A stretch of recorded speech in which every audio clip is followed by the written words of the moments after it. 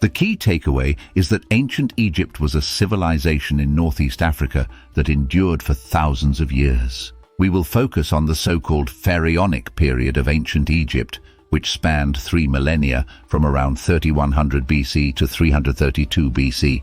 This period was perhaps the zenith of Egyptian civilization, although Egypt's history extends much further back. Early hominids, our common ancestors, inhabited northeast Africa 400,000 years ago, as evidenced by the discovery of stone tools in the eastern Sahara Desert. The earliest human remains we have date back to 55,000 years ago. These early humans were predominantly nomadic, with permanent settlements not appearing until around 6000 BC, when Egypt's climate began to become wetter. These settlements emerged along the Nile River, and from around 4000 BC onwards, a sophisticated culture began to develop. Rainfall has always been infrequent in Egypt, so ancient villagers depended on the annual flooding of the Nile to grow crops. The floodwaters deposited fertile silt along the riverbanks, making the Nile the most crucial geographical factor in the development of Egyptian society. The arid climate, combined with the Egyptians' elaborate funerary practices, has preserved a wealth of artifacts, including tombs, temples, and inscriptions. These artifacts have enabled us to piece together the story of this fascinating civilization. Ancient Egyptian hieroglyphs were an early form of writing primarily used for ceremonial purposes. In a temple dedicated to the goddess Isis on the island of Philae, there is a hieroglyphic inscription carved into one of the walls. This inscription is notable because it was created in 394 AD, marking the last known use of the hieroglyphic script. After this point, the knowledge of how to read hieroglyphics was lost for over 1,500 years until Jean-François Champollion deciphered the Egyptian script in 1822, bringing an end to Egyptology's dark age. Champollion's discovery meant that scientists no longer had to rely on second-hand sources such as Greek and Roman records or biblical stories to understand Egyptian history. With the ability to read hieroglyphs, researchers could finally delve into the true inner lives of the Egyptians. The key point here is that ancient Egyptian hieroglyphs were an early form of writing mainly used for ceremonial purposes. There are 3 types of hieroglyphs. First, ideograms, which are signs that resemble the objects they represent, such as an image of a man to signify man. Second, phonetic hieroglyphs represent the sounds of words or syllables. Finally, determinatives are used to clarify the meaning of the hieroglyphs they accompany. For instance, a word ending with a pair of walking legs indicates that the word relates to movement. Egyptian inscriptions are notoriously difficult to interpret because it's not always clear whether the images should be read as text or seen as pictures. Adding to the complexity is the debate over the origins of hieroglyphs, with the general consensus being that they emerged primarily for ceremonial purposes. Egyptians believed that language had real physical power. For instance, in many tombs they deliberately avoided using the symbol for movement and even erased the legs from images of birds to prevent malevolent entities from using them. Hieroglyphic inscriptions provide a wealth of information about Egyptian culture. However, it's essential to remember that such texts only offer a partial view of society. Ritualistic writings typically reflect the perspectives of the elite rather than the broader population, so additional sources of information are necessary to understand the lives of ordinary Egyptians during the Pharaonic era. Ancient Egyptian kingship was deeply intertwined with the civilization's cosmological worldview. We started with the Nama palette, which showcases various ways ancient Egyptians depicted their rulers. You might recall that the palette's main scene shows a king striking his enemy with a mace, a recurring motif in Egyptian art symbolizing the pharaoh's power to maintain cosmic harmony by defeating chaos. In the top right corner of the palette, the falcon god Horus stands over the king's vanquished foes, highlighting the shared space between king and god. This blend of divine and royal elements reflects the king's divine legitimacy, underscoring the inseparability of religion and state in ancient Egypt.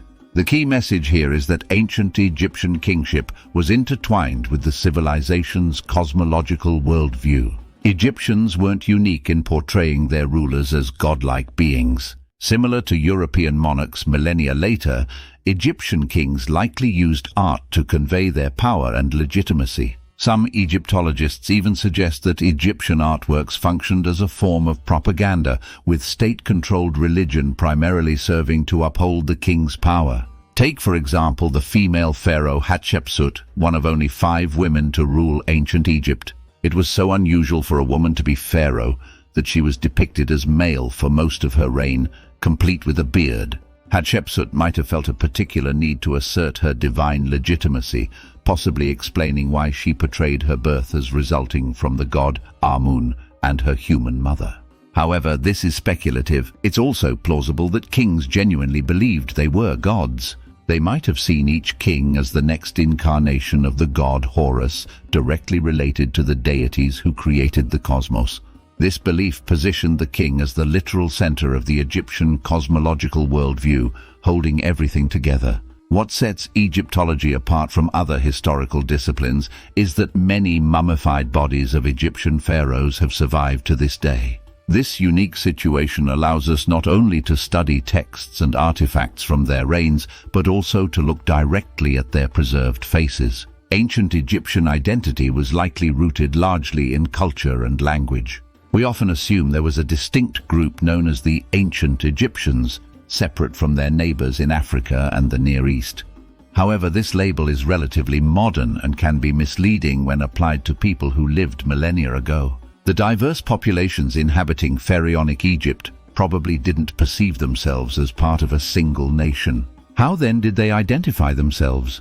Was it through language and culture, appearance, or a connection to a geographical area? Egyptian art provides some insights into this question, particularly in how Egyptians depicted themselves compared to foreigners. The key message here is that ancient Egyptian identity was probably based largely on culture and language. The theory that Egyptian identity was based on physical or racial characteristics is appealingly straightforward but ultimately unhelpful.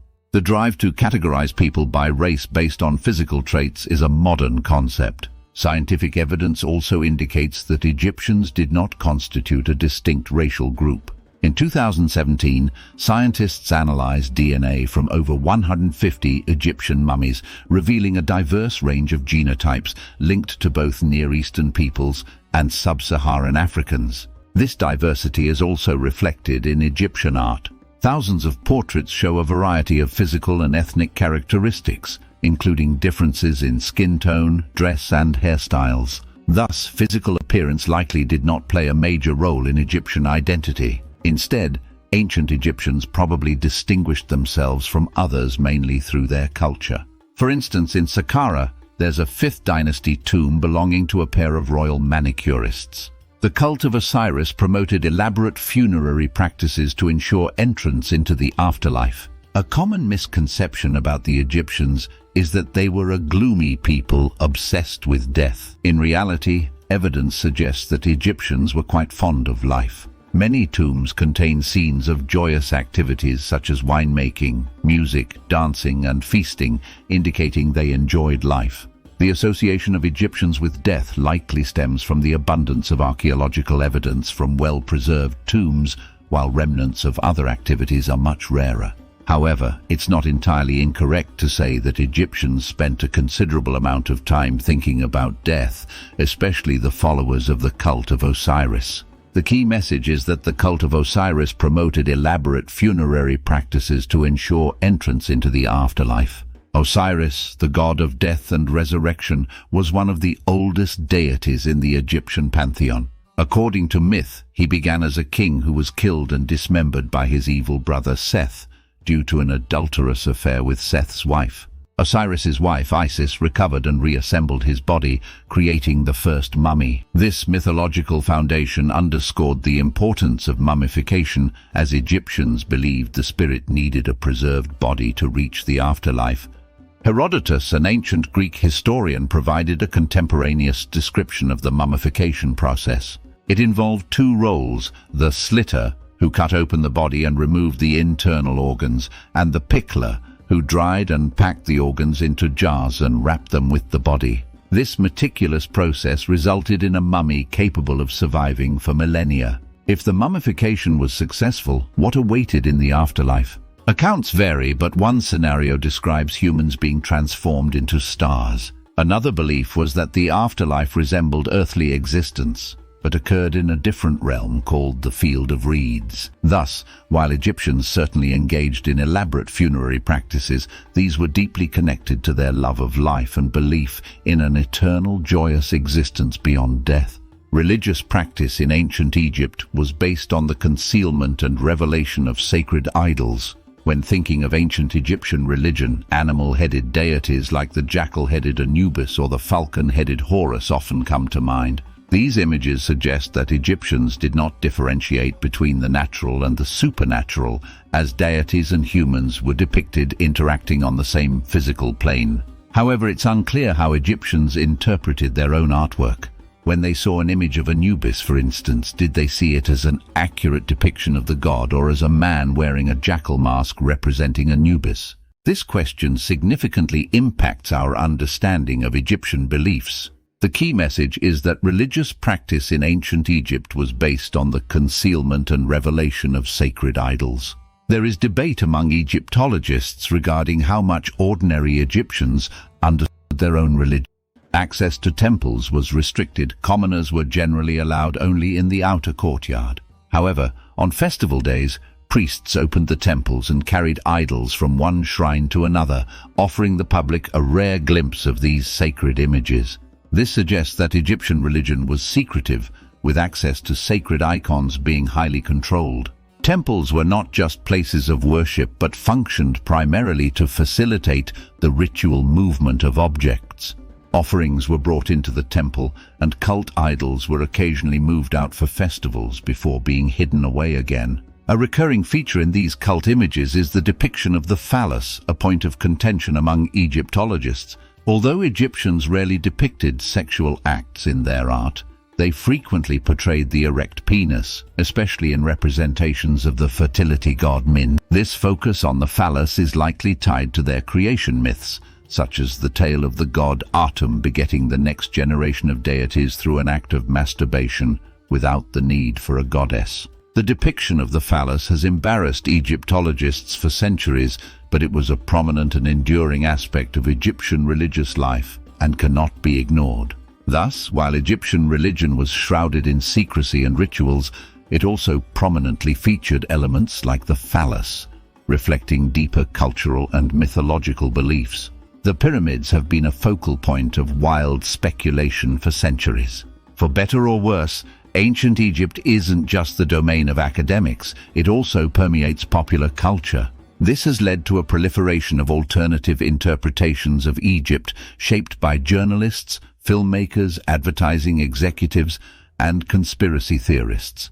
Consequently, the popular perception of ancient Egypt is often a melange of mummy mysteries, Hollywood blockbusters, and Halloween costumes. Among the iconic artifacts, such as the bust of Nefertiti, many have been divorced from their original context, floating in a postmodern vacuum open to endless interpretation. Thus far, our exploration has been firmly rooted in evidence. However, to conclude, let's set reason aside and delve into some of the more colorful theories about ancient Egypt. The key message here is, the pyramids have been a focal point of wild speculation for centuries. For many amateur Egyptologists, the pyramids are the primary topic of interest. Questions abound: how were they built? What was their purpose? Why do they have their unique shape? Theories about the pyramids range from the plausible to the utterly fantastical. Historically, many of these theories had a biblical flavor. In the 5th century AD, the Roman author Julius Honorius suggested that the pyramids were ancient granaries belonging to the biblical Joseph. During the Middle Ages, Arab scholars proposed that the pyramids were erected to preserve scientific knowledge from Noah's flood. In modern times, some speculate that the pyramids were constructed by a mysterious, advanced civilization that predated the Egyptians. Others go so far as to suggest extraterrestrial involvement. These theories, however, are not only incorrect but also problematic. They reflect a rather racist assumption that an African people could not have created such a sophisticated civilization. The most straightforward interpretation is that the Egyptians themselves built the pyramids. The pyramid shape likely was chosen for its structural integrity, allowing for tall and long-lasting monuments. Nevertheless, straightforward answers often don't satisfy everyone. Thus, despite mainstream Egyptology's efforts to ground ancient Egypt in factual understanding, there will always be those who prefer to keep it in the realm of fantasy. At the end, we have to say that ancient Egypt remains a captivating civilization, evoking awe and fascination across generations. While ancient Egyptians shared some similarities with us, such as seeking power, fearing death, and pondering philosophical questions, their solutions, like death cults, mummification, and the reverence of the phallus, seem alien to our modern worldview.